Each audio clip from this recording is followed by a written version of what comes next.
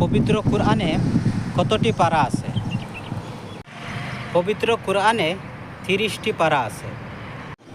পবিত্র কুরআনে কতটি সূরা আছে? পবিত্র কুরআনে 114টি সূরা আছে। বলতো পবিত্র কুরআনের প্রথম সূরার নাম কি? প্রথম সূরার নাম সূরা ফাতিহা। পবিত্র কুরআনের সবচেয়ে বড় সূরার নাম কি? সবচেয়ে বড় সূরার নাম সূরা বাকারা। পবিত্র কুরআনের সবচেয়ে ছোট সূরার নাম কি?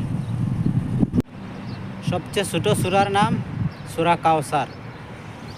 পবিত্র কুরআনের সবচেয়ে বড় আয়াত কোনটি? পবিত্র কুরআনের সবচেয়ে বড় আয়াত সূরা বাকারার 282 নং আয়াত। পবিত্র কুরআনের সবচেয়ে ফজিলতপূর্ণ আয়াত কোনটি? সবচেয়ে ফজিলতপূর্ণ আয়াত আয়াতুল কুরসি। পবিত্র কুরআনের কোন সূরাটি পাঠ করলে কবরের আযাব থেকে মুক্তি লাভ করা যায়? কবরের আযাব থেকে রক্ষা পাওয়া যায় সূরা মুলক। আচ্ছা বলো তো পবিত্র কুরআনের কোন সূরাটি কুরআন শরীফের 1/3 সমান? কোন সূরাটি 1/3 সমান? সূরা ইখলাস। পবিত্র কুরআনের কোন সূরার প্রতি ভালোবাসা মানুষকে জান্নাতে নিয়ে যাবে? কোন সূরার প্রতি ভালোবাসা মানুষকে জান্নাতে নিয়ে যাবে? সূরা ইখলাসের প্রতি ভালোবাসা। আচ্ছা বলো তো কোন সূরাটি পবিত্র কুরআনের 1/4 সমপরিমাণ? চতুর্থাংশের সমপরিমাণ সূরা কাফিরুন। পবিত্র কুরআনের কোন সূরাটি বিশেষভাবে জুমার দিনে পাঠ করা মুস্তাহাব? জুমার দিনে পাঠ করা মুস্তাহাব সূরা কাহাফ।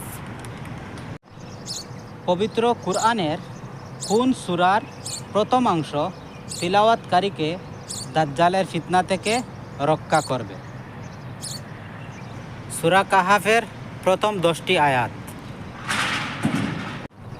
পবিত্র কুরআনের কোন দুটি সূরা জুমআর দিন ফজরের নামাজে পড়া সুন্নাত? সূরা সাজদা ও দাহার। পবিত্র কুরআনের কোন দুটি সূরা জুমার নামাজে পড়া সুন্নাত? সূরা আলা ও গাসিয়া। পবিত্র কুরআন কত বছরে নাজিল হয়? 23 বছরে। হযরত মুহাম্মদ সাল্লাল্লাহু আলাইহি সাল্লামের নাম পবিত্র কুরআনে কত স্থানে উল্লেখ হয়েছে? কত স্থানে উল্লেখ করা হয়েছে? 4 স্থানে। পবিত্র কুরআনের সর্বপ্রথম কোন আয়াত নাজিল হয়? পবিত্র কুরআনের প্রথম কোন আয়াত নাজিল হয়? ইকরা বিইসমি রাব্বিকাল্লাযী খালাক। পবিত্র কুরআনের কোন আয়াতটি সর্বশেষ নাজিল হয়? সর্বশেষ কোন আয়াত নাজিল হয়?